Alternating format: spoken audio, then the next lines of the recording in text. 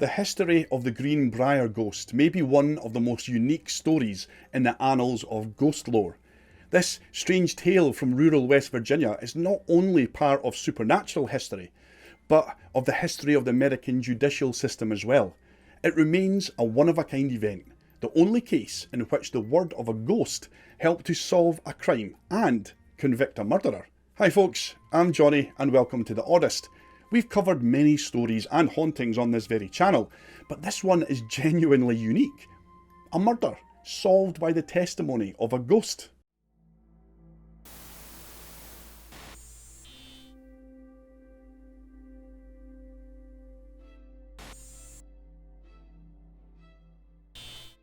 Elva Zona Heister entered the world in Greenbrier County, West Virginia around 1873.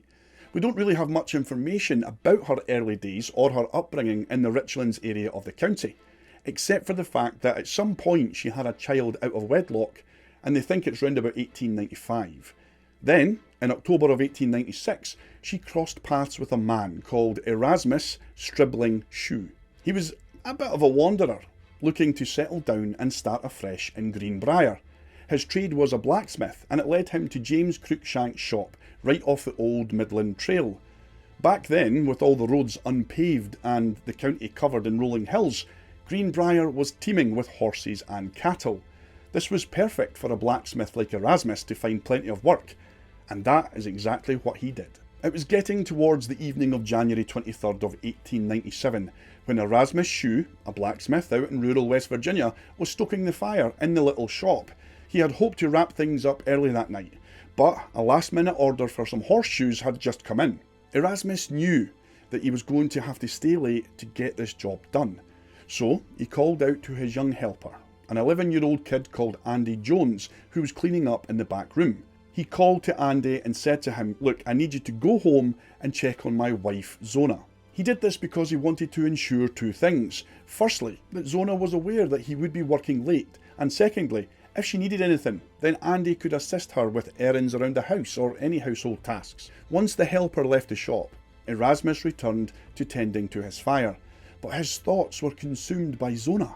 Though they hadn't shared the news with anyone yet, Zona was expecting their first child.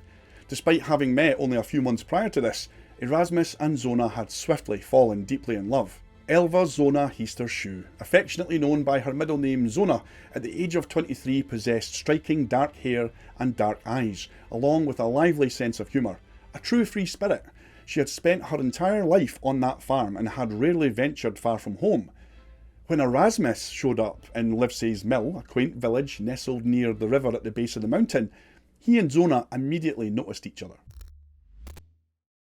Erasmus, 35 years old and considerably older than Zona, he stood tall with striking blue eyes. He had journeyed to this rural town, as I said, to establish a blacksmith shop, and to Zona he represented an exciting new chapter in her life.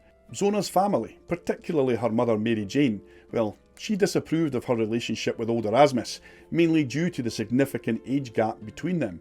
Mary Jane harboured reservations about Erasmus being much older than Zona. However, Zona, known for her strong-willed nature, well, she remained steadfast in her love for Erasmus, and nothing could deter her from being with him. In November of that same year, just a few months after meeting each other, Zona and Erasmus tied the knot and started their life together in a cosy wee house there. Shortly after, Zona became pregnant, sparking immense joy and excitement for the couple. They were super eager to share their happiness with everyone, obviously. However, early on, it became evident that Zona was facing complications with her pregnancy. She would suffer from constant sickness and overall poor health, and this led the doctor to suspect that her condition was directly related to the pregnancy. Understanding the need for caution, the couple decided to wait and allow the pregnancy to progress before making any official announcements. On this late January day, Erasmus worked diligently to finish the horseshoe order. His mind was racing with thoughts of his wife Zona. He was eager to wrap things up and rush home just to be with her. As he focused on the task at hand, the steel in the fire glowed a vibrant orange, ready to be shaped. With hammer in hand, Erasmus set to work. Meanwhile, not far along the road, his 11-year-old helper arrived at Erasmus and Zona's house. Walking through the gate to the front door of the quaint two-storey house, Andy knocked. However, There was no answer. This struck him as odd, since Zona was usually bustling around the house and quick to greet visitors and chat with neighbours. Standing outside, not a single sound could be heard from within the house. It felt as though nobody was home. He knocked again, but was met with silence. Growing concerned, he tried the doorknob and found it unlocked. With a gentle shove, the door swung open. Immediately, he noticed the darkness inside the house, despite the fast-fading sunlight outside. Stepping into the house, he continued calling out for Mrs. Shue, but received no answer. As he rounded the corner and glanced towards the base of the stairs leading to the second level, Andy froze in his tracks. There, lying on the ground, was Zona. She lay perpendicular to the stairs, one arm resting over her chest, almost as if she were peacefully asleep at the foot of the staircase. At this point, Andy's fear escalated. Something was clearly wrong here, and he felt a chill creeping up his spine. Slowly, he inched closer to Zona, calling out her name once more. The lack of response, coupled with her unmoving figure, well, this just terrified the kid even more. It was evident that something was really wrong. Even to this small boy, Zona Shue was obviously dead. Andy, not surprisingly terrified, left the house and ran home to tell his mother. The local doctor, a Dr. George W. Knapp, was summoned to the house, although he didn't actually arrive for nearly an hour. By this time, Erasmus was home and realised what had happened. He had carried his wife's body upstairs and laid her out on the bed. Contrary to local custom, he dressed his wife himself. Normally it was the proper thing for ladies of the community to gather and wash and dress the body in preparation for any subsequent burial. However, Shue took it upon himself to dress Zona in her best clothing. A high-necked, stiff-collared dress covered her neck and a veil had been placed over her face. Whilst Dr. Knapp examined her and tried to determine a cause of death, Shue stayed with his wife's side, cradling her head and sobbing uncontrollably.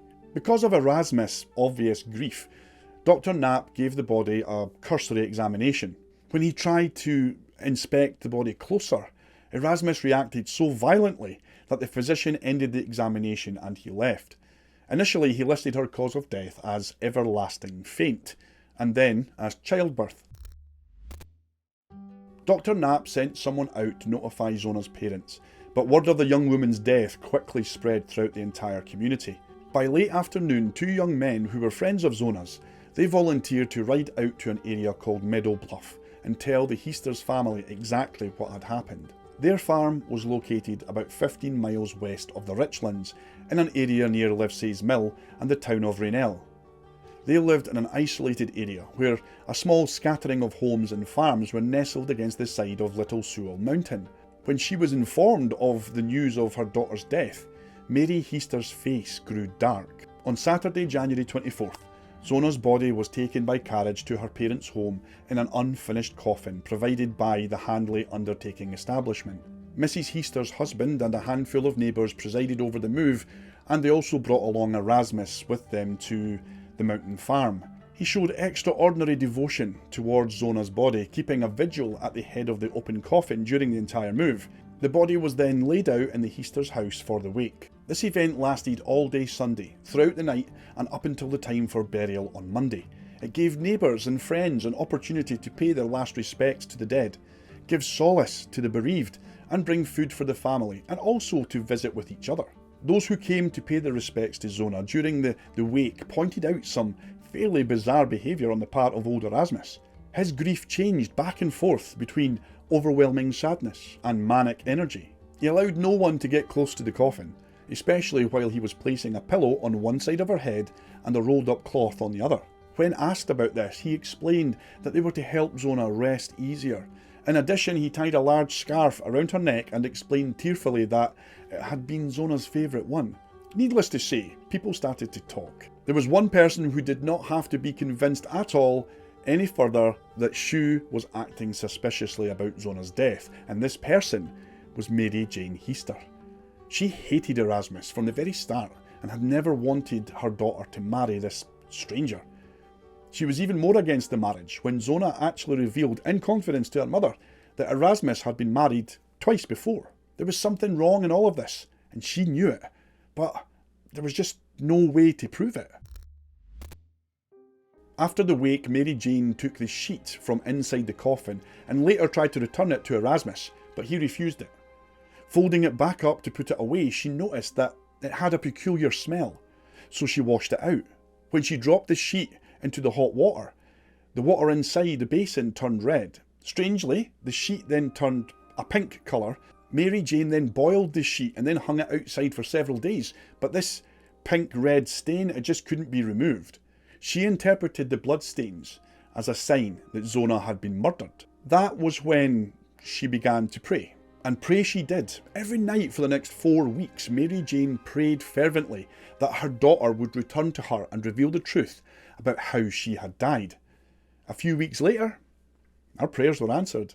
Over the course of 4 dark nights, the spirit of Zona Shu appeared at her mother's bedside. The faint glow began as a flicker in the corner of Mary's bedroom late one night. It pulsed and brightened until finally coalescing into the radiant form of a woman. Mary gasped as she recognised the warm smile and gentle features. It was her beloved daughter Zona, looking as beautiful as the day that she had last seen her alive. Overjoyed to see her daughter's face once more, Mary reached out a trembling hand towards the apparition. "Oh, Zona, what did that monster do to you?" But as her fingers extended to caress Zona's radiant cheek, the ghost's expression underwent a traumatic shift. Her warm smile contorted. The corners of her mouth stretched grotesquely wide in a silent scream. Her eyes turned raven black. Mary recoiled in horror as her daughter's once angelic countenance morphed into a nightmarish image. Zona's face paled and grew taut, the skin pulling tightly over her skull.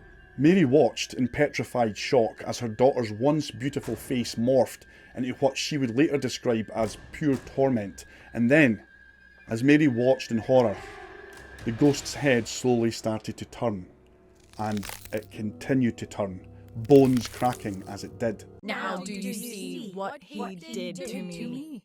Then, as abruptly as it had appeared, the ghastly spectre vanished, leaving Mary alone once more in the dark, silent bedroom, awakened to the grim truth of what foul acts had been committed against her child. Mary Jane had been right. Erasmus had killed her daughter, and the word of her spirit proved it. A short time later, Mary Jane went to the local prosecutor, John Alfred Preston, so that she could convince him to reopen this investigation into Zona's death. She offered the visitations from her daughter's spirit as evidence that a miscarriage of justice was taking place. By all accounts, Preston was both polite and sympathetic to Mrs. Heaster. The two of them spoke together for several hours, and at the end of the meeting, Preston agreed to dispatch deputies to go and speak with Dr. Knapp and a few others that were involved in the case. While it seems unlikely that he was willing to take another look at this case purely based on the statement of a ghost, the investigation did get reopened. Local newspapers reported that Mrs. Heaster was not the only one in the community who was highly suspicious about Zona's death. There were also certain citizens who had started to ask questions, as well as the growing rumours in the community. Preston himself went out to the Richlands to go and visit Dr. Knapp, who admitted that the initial examination of the dead woman, it had been incomplete. The two of them agreed at that point that an autopsy would clear things up and would confirm or deny any lingering suspicions. It would also give them a better idea of how Zona Shu had actually died and lift suspicions from Erasmus, if indeed he was innocent. Days later, an exhumation was ordered and an inquest jury was assembled. The autopsy was performed in the Nichols Schoolhouse, which was just a short distance away from the Seoul Methodist Church graveyard where Zona's body had been interred. So, the school children were dismissed on the day of February 22nd, 1897, when the body of Zona Shu was officially exhumed.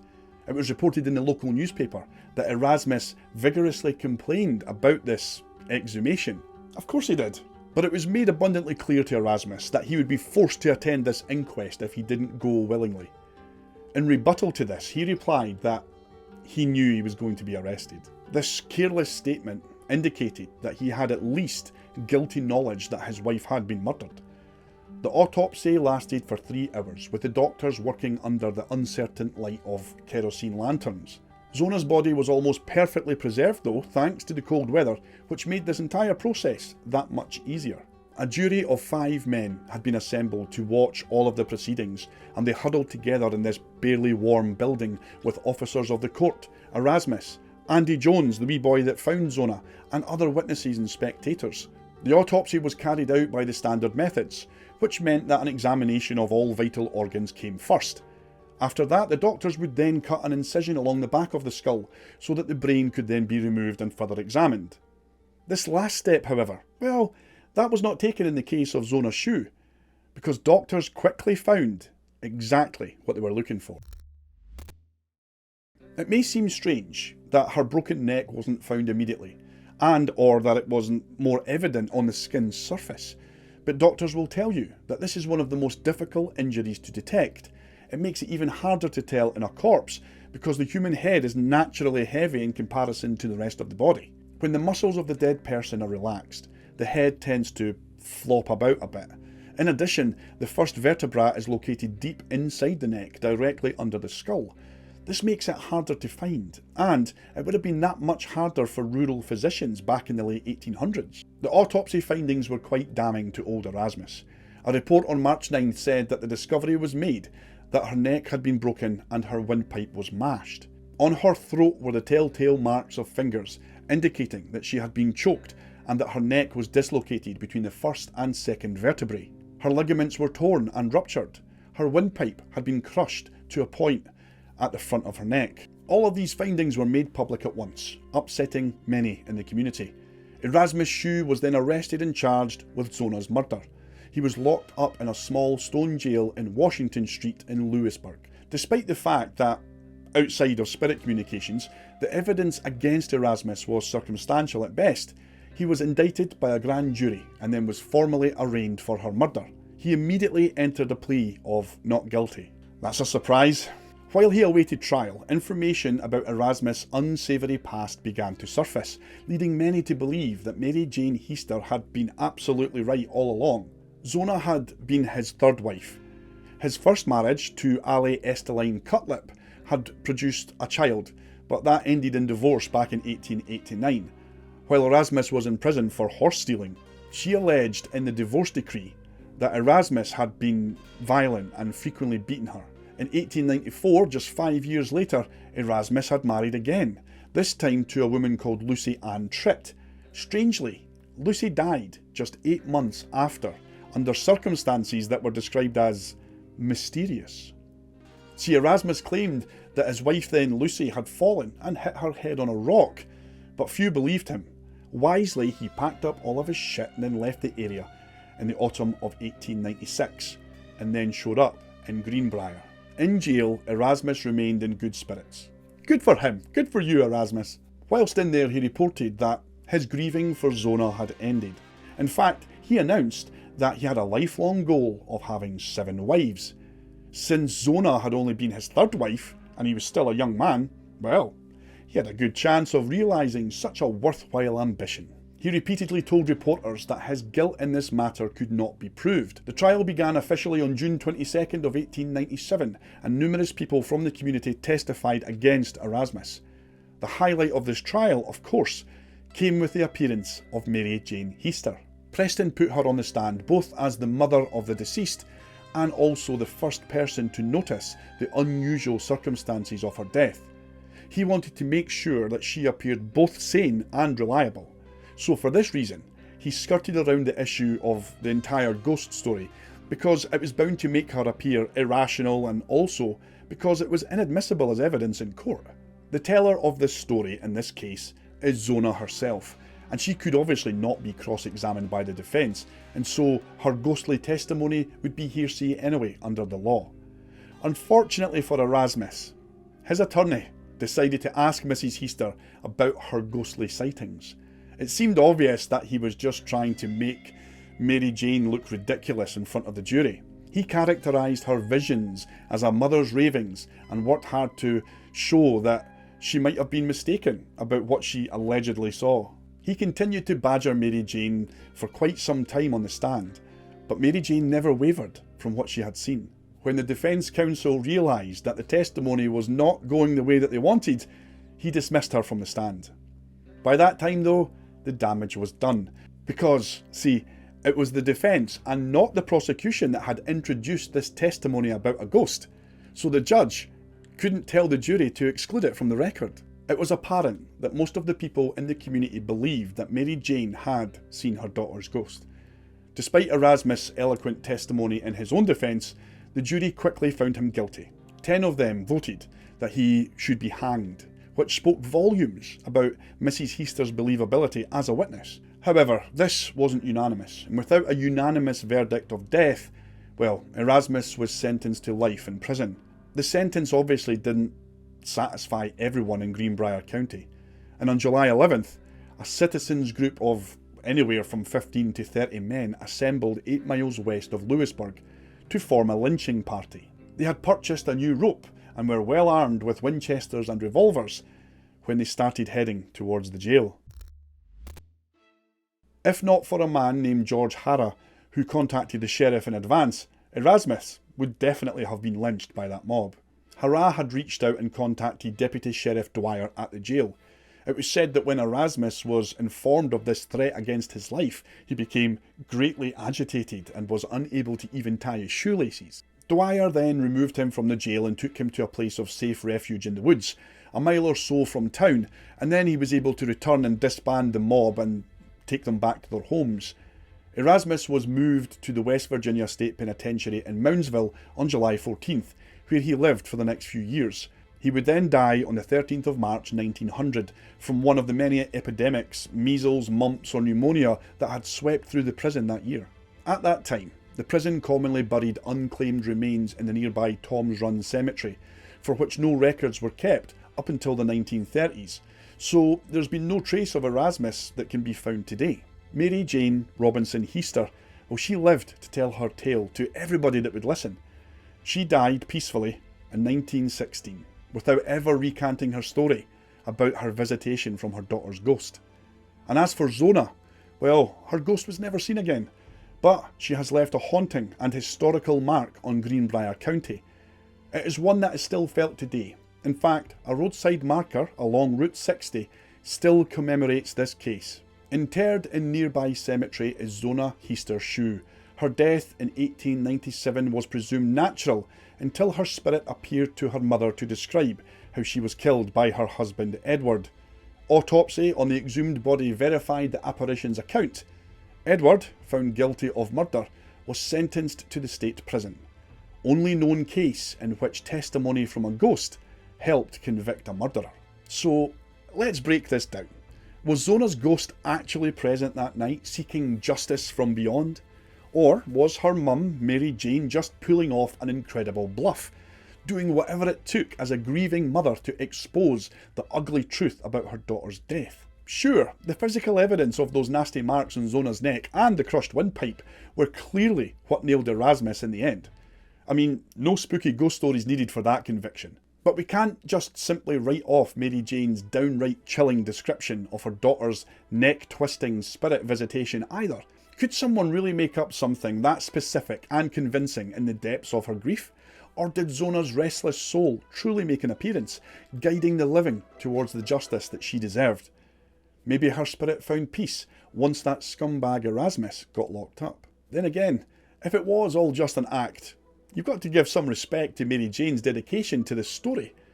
Spinning a ghostly tale like that, tapping into the town's fascination of the supernatural, well, that's a ballsy way to capture the attention and make sure that her daughter's case didn't get swept under that rug. At the end of the day, we'll likely never know for sure. The veil between our world and the other side, it's a tricky thing.